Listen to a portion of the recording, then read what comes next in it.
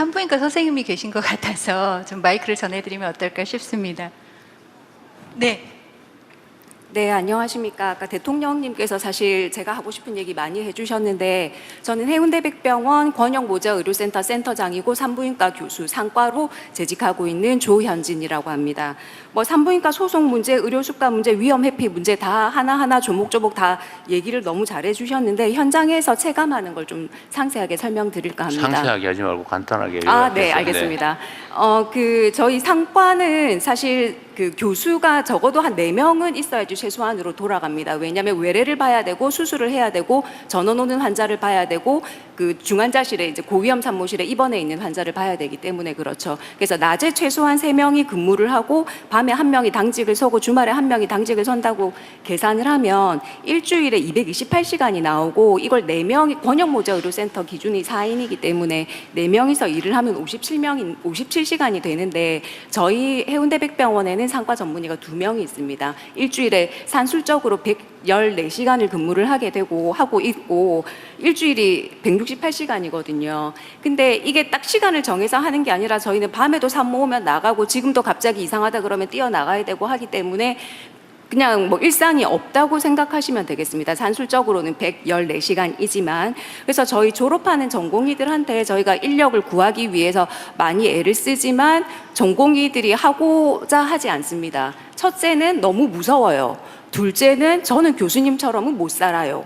가 그들이 하는 얘기고, 그분들한테 제가 적극적으로 권유하거나 막 이렇게 적극적으로 하지 못하는 이유는, 저희가 그 모자의료 진료협력시범사업의 대표병원으로 일을 하면서 환자가 많이 늘었습니다. 한 1.8배 정도 늘었거든요. 그래서 고위험 산모실도 지금 150% 확장했고 신생아 중환자실도 확장 공사 중에 있는데, 환자가 1.8배 늘어서 적자가 1.8배 늘었습니다.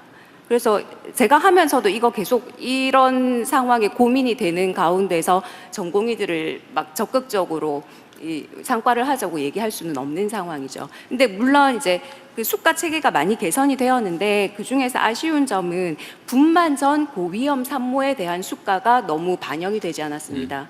옛날에는 그러니까 20대 산모가 건강하게 집에 있다가 아기를 낳고 가는 게 상과의 메인 업무였지만, 지금은 고위험 산모가 입원해서 이 태아가 오늘 하루를 더 견디고 내일 하루를 더 견디면 아기의 생존율이 좋아지는 거고, 그걸 위해서 저희는 진짜 매일매일 살얼음을 걷는 기분으로 분만실을 지키고 있는데, 산모이기 때문에 기계를 주렁주렁 달지 못하고 약을 많이 쓰지 못하는 것이 산모의 그 진료의 노동 정도가 작은 건 아닌데 그 수가가 너무나 낮게 책정되어 있어서 저희가 산모를 아무리 많이 봐도 제가 내는 적자를 다 감당하지 못한다는 게 첫 번째이고요. 그럼에도 불구하고 지역의사제를 만들어 주셔서 약간의 일말의 희망이 보이기는 하는데, 이 지역의사제가 21년도 이후에 전문의가 된 친구들을 대상으로 하고, 또 병원당 이제 TO가 2-3개가 책정이 되다 보니 이게 다 상과로 가는 건 아니어서, 제가 드리고 싶은 건의사항은 상과 지역의사제라는 제도를 만들어서 좀 이런 지금 현재 고위험 산모를 1년에 몇 명 이상 분만을 하고 있는 상과 의사들을 나라에서 좀 집중적으로 관리를 하셔서 이분들의 이탈도 막으면서, 저희가 소송이나 그런 문제가 생겼을 때도 내가 나라에 좀 이 따뜻한 기운을 받고 있구나 하는 걸 저희가 느끼면 조금 더 이 상과 인력을 충원하는 데 도움이 될 것으로 생각이 됩니다. 그리고 또 2개가 더 남았는데, 세 번째는 저희가 권역모자의료센터가 있습니다. 권역모자의료센터가 상급 종합병원 점수의 0.25점이 올해 처음으로 책정이 되었습니다. 그래서 사실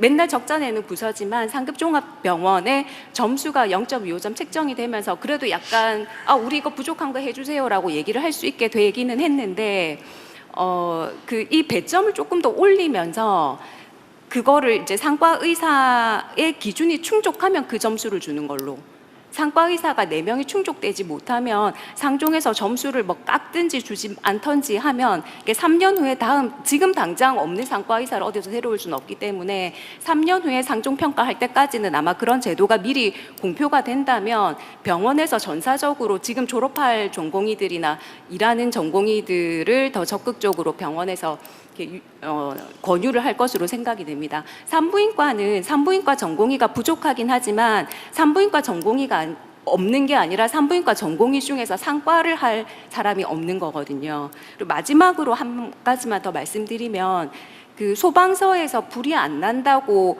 사람을 빼지는 않지 않습니까? 근데 분만실은, 그러니까 저희는 지금 환자가 되게 많고 권역모자 의료센터이기 때문에 지금 저희 병원이 그렇지는 않지만 분만 건수가 되게 작은 대학병원은 상과 의사도 없기는 하지만 그래도 내가 오늘 괜찮아서 오늘은 진짜 이 환자는 꼭 분만을 받아주고 싶지만 분만실에 근무하는 인력이 상주하지가 않습니다. 그래서 분만실에 적어도 상급 종합병원이나 국립대병원 혹은 대학병원의 분만실은 그 분만 건수가 한 달에 5건이건 10건이건 분만실이라는 간판을 달고 있을 때는 그 간호 근무를 하는 간호 인력 외에 저희가 응급 환자도 봐야 되고 수술도 해야 되고 분만도 해야 되는데 그러니까 전공의 역할을 할 수 있는 의료진 의사 보조 인력도 3교대로 항상 세팅이 되어 있는 것을 분만실이라는 간판을 걸고 있다면 그게 유지가 되어야 할 것으로 생각이 됩니다. 그렇게 총 4가지 말씀드렸습니다. 네. 교수님이 하고 싶은 얘기를 다 하려면 아마 혼자 해도 한 10시간을 할 수 있을 것 맞습니다. 같은데 들어주셔서 감사합니다. 뭐 다른 세부적인 건 나중에 다 검토해 보기로 하고요. 오늘 말씀 안 하셨더라도 메모해서 내주시면 그리고 혹시 이거 중고되고 있는데 뭐 온라인상으로 의견을 내는 것도 다 모아가지고 검토해 주면 좋을 것 같고요. 지금 사실 또 하나 문제는 그 위험 영역에 있는 의료진의 소위 사법 위험 문제인데 저 고소 고발당해가지고 처벌되지 않을까 이제 그 문제인데 그 전에 한번 제가 말씀드렸었는데 이게 예를 들면 민사 배상이 보장이 되고 예를 들면 이제 보험이 들어있다든지 합의가 됐다든지 그럴 경우에는 이제 교통사고 처리 특례법처럼 과실에 의한 경우는 형사 책임을 면제하는 그런 입법이 필요하다가 아마 의료계의 요구인 것 같은데 저는 그게 매우 타당한 요구라고 생각이 되거든요. 이게 뭐 악의를 가지고 일부러 그랬다면요, 그야 처벌해야 되겠지만 사람을 살리기 위해서 열심히 하다가 그 중에 일부가 뭐 아까 제가 말씀드렸는데 교과서 있는 대로 다 이렇게 못했을 경우에 어쨌든 과실로 평가되지만 그런 것까지 형사처벌을 하는 위험에 빠뜨리니까 난 그런 위험한 일을 안 할래. 그래서 아예 다 회피해서 더 큰 위험에 우리 국민들이 처하게 된다. 이건 약간 모순이거든요. 그거는 혹시 어떻게 됐는지 그 형사처벌 면제 문제 합의가 되거나 아니면 배상이 무한으로 충분히 담보할 만큼의 책임 보험이 가입되어 있다면 과실에 대해서는 처벌하지 않는 입법을 해야 된다. 이 논의가 많았는데 진척이 어떻게 됐어요? 현재 상반기에 의료분쟁 조정법이 개정이 됐습니다. 그래서 주요 내용은 민사에 대한 거는 의료기관이 책임보험을 의무적으로 들게 하고요. 그다음에 고위험 분야는 정부가 보험료를 지원을 해서 고액 배상 한 18억 정도까지는 하게 해서 민사는 그렇게 해결을 하고요. 형사에 대해서는 말씀하신 대로 환자에게 설명의 의무를 다했느냐, 그다음 적절한 배상이 됐느냐, 그리고 이게 고위험 필수 진료이냐, 그리고 또 한 가지는 이게 중과실이 아니다. 이런 4가지 조건을 충족을 하면 형사 특례를 주는 걸로 법이 개정이 돼서 내년에 시행을 할 예정입니다. 내년부터 시행이 됩니까? 그래서 현재 하위법령을 만들고 있고 의료사고 심의위원회라는 걸 만들어서 거기서 중과실 여부나 필수 여부를 판단을 하면 이제 수사에 대한 뭐 자제되거나 아니면 형사에 대한 특례를 적용하게끔 법은 개정이 됐습니다. 지금 현재 이런 정도면은 형사 위험에 대한 불안감은 좀 완화가 될 수 있을 것 같습니까? 많은 부분이 이제 개선되고 있고 개선되어지고 있는 것 같긴 한데 중과실이냐 아니냐 가지고 논쟁이 있을 것 같긴 하네요. 근데 이게 배상액이 18억 그게 되고 나서 이 소송 자체가 18억부터 시작하게 되었다는 뭐 그런 후기도 듣기는 합니다. 네, 저희가 그거야 배상액을 뭐, 올리면 좀 그건 금액이 법원이 판결하는 올라간다는. 거니까 그렇게 네. 되기는 어렵고요. 그건 뭐 그 실제로 계산을 해서 실질 손해가 그 정도 되면 의미가 있겠지만 그 넘겨 소송한다고 많이 청구한다고 많이 배상 명령하는 게 아니기 때문에 그거는 그냥 낭설인 것 같고요.